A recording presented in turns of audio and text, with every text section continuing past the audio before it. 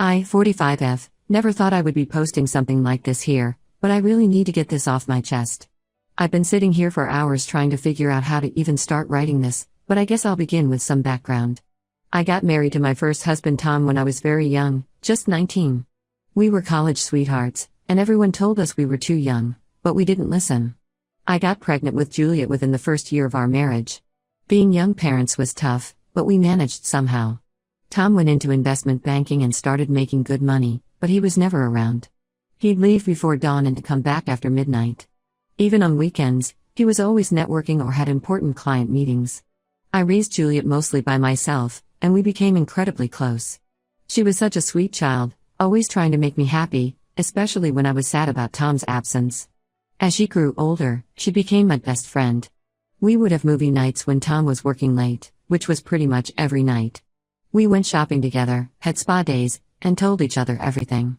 At least, that's what I thought. Tom and I finally divorced 5 years ago. It wasn't dramatic, we had just grown so far apart that we were basically strangers living in the same house. The divorce was amicable, and we split everything fairly. Tom moved to a different city for work, and Juliet stayed with me while finishing college. After the divorce, I threw myself into my career. I had gotten my MBA while still married, but I had never really used it because Tom's income was enough for us. I started working at a corporate consulting firm and worked my way up pretty quickly. That's where I met Keith. Keith was different from Tom in every way. He was attentive, present, and actually wanted to spend time with me. He would bring me coffee in the morning just the way I liked it, leave little notes on my desk, and actually listened when I talked about my day.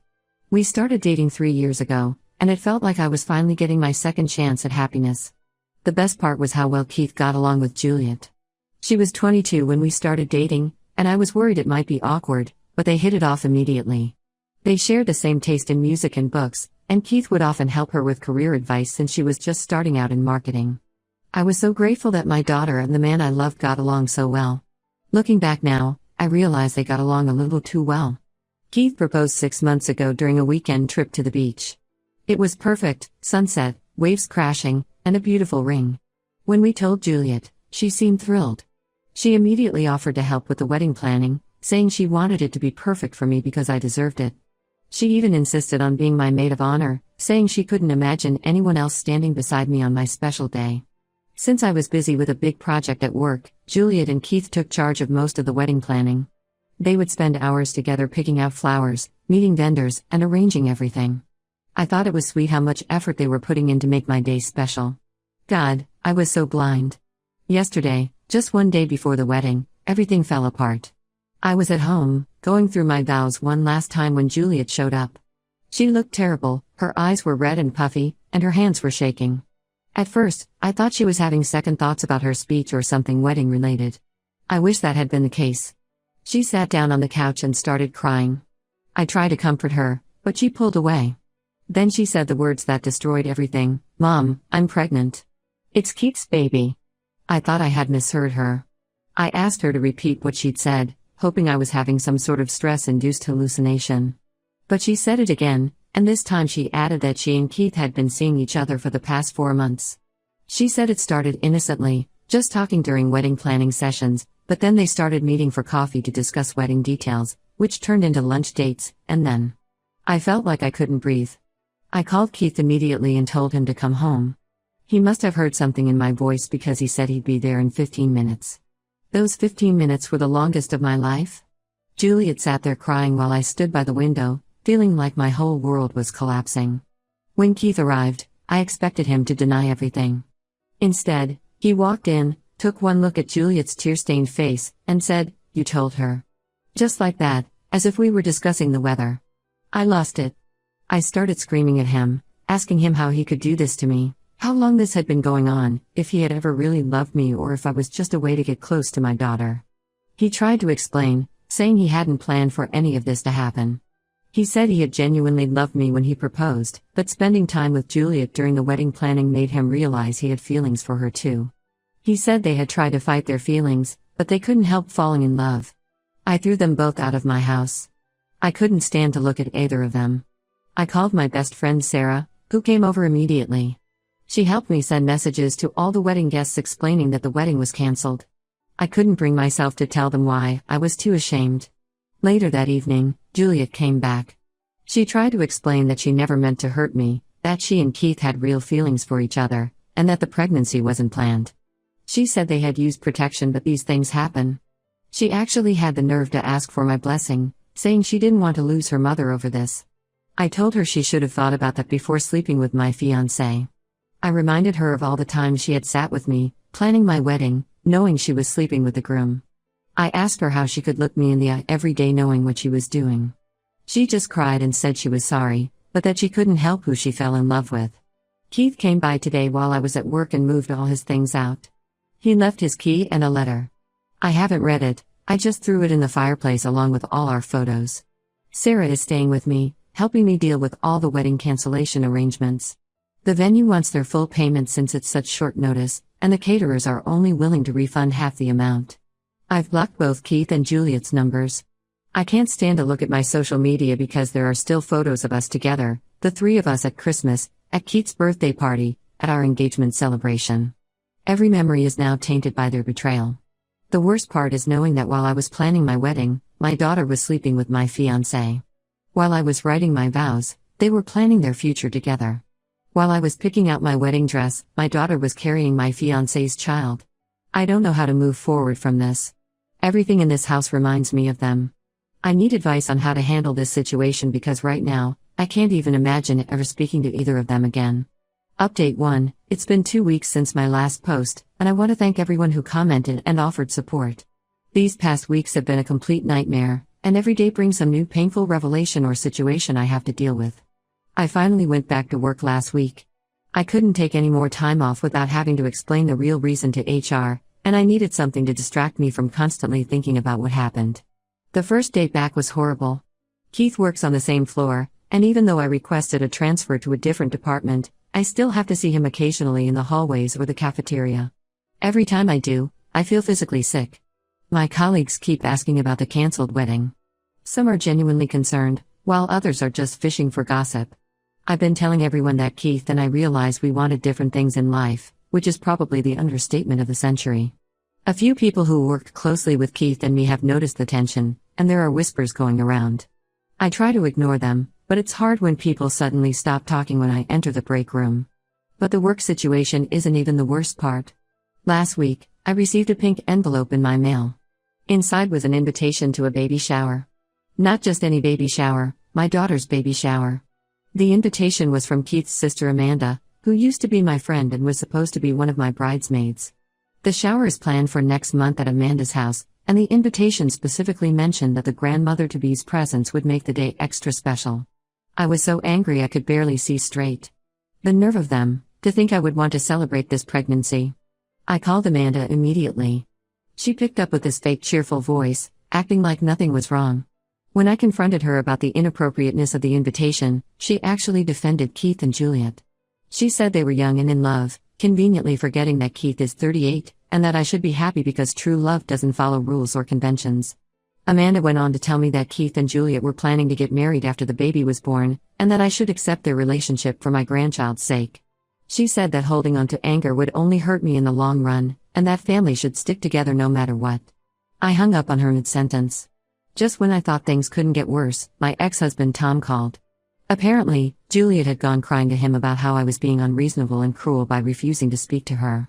Tom, who was barely present during Juliet's childhood and missed most of her important milestones because of work, had the audacity to lecture me about parenting. He said if I had been a more present mother instead of focusing on my career after our divorce, Juliet wouldn't have developed daddy issues and fallen for an older man. I reminded him that he was the one who chose work over family for 20 years, and that he had no right to judge my parenting when he had barely been a parent himself. He tried to argue, but I shut that down quickly. The last thing I need right now is parenting advice from a man who couldn't tell you what our daughter's favorite color was when she was growing up. The most painful revelation came from Maria, a junior employee at my company. She came to my office yesterday and closed the door. She looked nervous but said she felt I deserved to know the truth. According to her, she had seen Keith and Juliet having lunch together at a cafe near our office multiple times, months before Keith proposed to me. She even remembered seeing them holding hands under the table once, but hadn't said anything because she wasn't sure about what she saw and didn't want to cause trouble. This means Keith was already involved with my daughter when he asked me to marry him. All those romantic dates, The beautiful proposal at the beach, the excitement of wedding planning, it was all a lie. He was sleeping with my daughter while planning a future with me. The thought makes me physically ill. Sarah suggested I talk to a lawyer about the wedding cancellation costs. The venue alone is refusing to refund the $15,000 deposit, and the caterers are only willing to return half of what I paid. Keith sent me a check for half the total cost last week, but I tore it up and mailed the pieces back to him. I don't want his money. I've been selling things to cover the costs, including the engagement ring he gave me. It feels fitting somehow, selling the symbol of his lies to pay for the wedding that never was. The hardest part is dealing with mutual friends who keep trying to mediate. They say I'm being too harsh, that I should try to understand Juliet's perspective because she's young and in love. But she's 25, not some teenager who doesn't understand right from wrong. She knew exactly what she was doing every time she met Keith behind my back, every time she sat with me planning my wedding while carrying on an affair with my fiancé. Some friends have suggested family counseling, saying we need to work through this for the sake of the baby. But I can't even think about the baby right now. The thought that my grandchild was conceived while my daughter was betraying me is too painful to process. I know eventually I'll have to deal with all of this, but right now, I just need space to grieve the loss of 2 relationships I thought would last forever. Update 2: 6 months have passed since my last update, and the situation has taken an unexpected turn. Yesterday, I received a message on Facebook from someone named Rachel. She introduced herself as Juliet's friend from college and said she had something important to tell me about my daughter and Keith. At first, I was hesitant to respond. I've been trying to move forward with my life and hadn't spoken to either Juliet or Keith in months. But something about Rachel's message seemed urgent, so I agreed to meet her for coffee. What she told me changed everything. According to Rachel, Juliet had been dating someone else when she started seeing Keith, a guy named Mike from her office. They had been together for about 6 months, and Juliet suspected she was pregnant with Mike's baby even before she started pursuing Keith. Rachel showed me screenshots of conversations where Juliet had confided in her about the pregnancy. The messages were from about 7 months ago, right around the time she and Keith started their affair. In them, Juliet admitted that she had calculated the dates and knew the baby couldn't be Keith's, but she saw an opportunity. She told Rachel that Mike was struggling in his career and still lived with roommates, while Keith was established and successful. She thought Keith would be a better provider for her and the baby. Rachel showed me more messages where Juliet detailed how she deliberately got closer to Keith during the wedding planning, knowing he was attracted to her. She had planned the whole thing, using the pregnancy as a way to trap Keith because she had developed feelings for him and thought he would be a better father figure than Mike. I felt sick reading these messages. Not just because of Juliet's manipulation, but because I remembered how Keith had lost his job 2 months ago due to company downsizing. He had been the primary earner in their relationship, and I heard through mutual friends that they were struggling financially. Before I could process all this information, I received a call from Amanda, Keith's sister. She wasn't her usual self-righteous self this time. Instead, she sounded worried. She told me Keith and Juliet had been fighting constantly since he lost his job. Keith had started drinking heavily and was becoming increasingly paranoid about the pregnancy, questioning the timing and demanding to know more about Juliet's past relationships. I debated for days about what to do with this information. Part of me wanted Keith to suffer the same betrayal I had experienced. After all, he had chosen to pursue a relationship with my daughter while engaged to me. But another part of me felt he deserved to know the truth about the baby. Finally, I created an anonymous email account and sent the screenshots to Keith without any additional message. I didn't want to get involved directly, but I couldn't keep this information to myself either. 2 days later, Juliet showed up at my door. She looked terrible, like she hadn't slept in days. Her eyes were swollen from crying, and she was shaking. She told me Keith had confronted her about the baby's paternity and then things had gotten ugly. He had demanded a paternity test and kicked her out when she refused to take one immediately. She tried to justify her actions, saying she really had fallen in love with Keith and that's why she lied about the baby. She claimed she was going to tell him eventually but was afraid he would leave her if he knew the truth. She begged me to help her, saying she had nowhere else to go. I listened to her sob story without saying a word. When she finished, I asked her if she remembered the day she told me about her affair with Keith. I reminded her how she had stood in this same spot, crying and begging for understanding, claiming that love doesn't follow rules. I asked her how it felt now that karma had caught up with her. She tried to defend herself, saying she knew what she did was wrong but she was scared and confused. She said she really did love Keith and thought they could be happy together. I told her that real love doesn't start with lies and betrayal. Before she left, she asked me if I had been the one to send the screenshots to Keith. I didn't answer, but I think she knew. She looked at me one last time and said she was sorry for everything, but I just closed the door. I had heard enough apologies to last a lifetime. The next day, I heard from Amanda that Keith had moved out of their apartment and was staying with a friend. He's insisting on a paternity test, and Juliet has finally agreed to take one. I don't know what will happen next, but I feel oddly at peace. Sometimes the truth has a way of coming out, no matter how hard people try to hide it. Update 3. It's been 2 years since this whole mess started, and I felt I should give one final update to close this chapter of my life.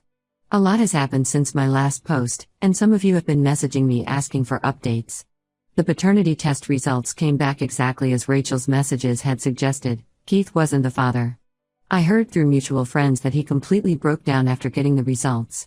He moved to Seattle for a fresh start, and from what I've seen on LinkedIn, he's now a senior manager at a tech company there.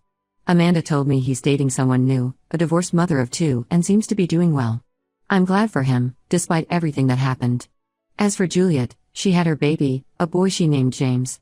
Mike, the actual father, was contacted after the paternity test results came out.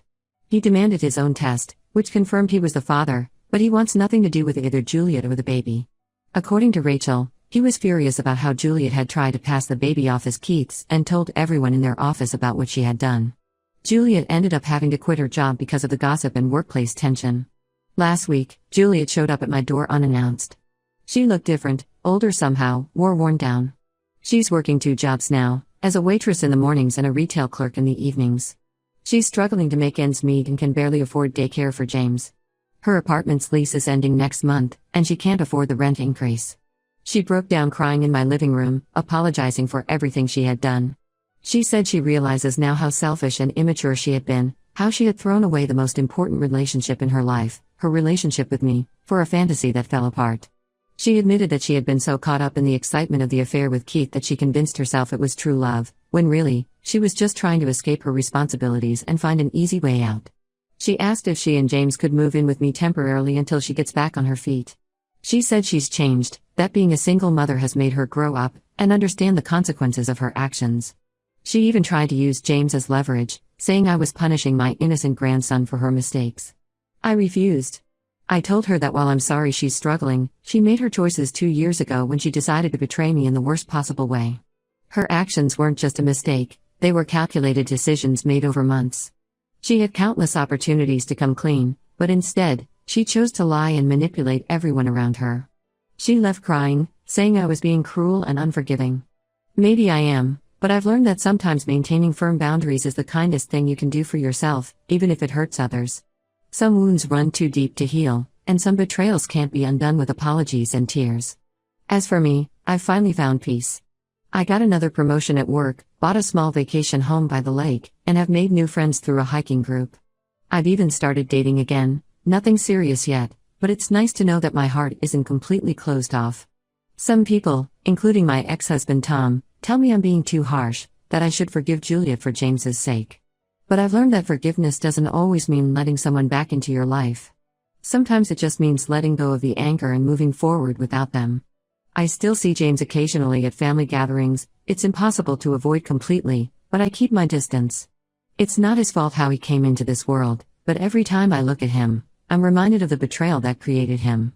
Maybe that will change with time, maybe it won't. For now, I'm focusing on my own happiness and healing, and that's enough.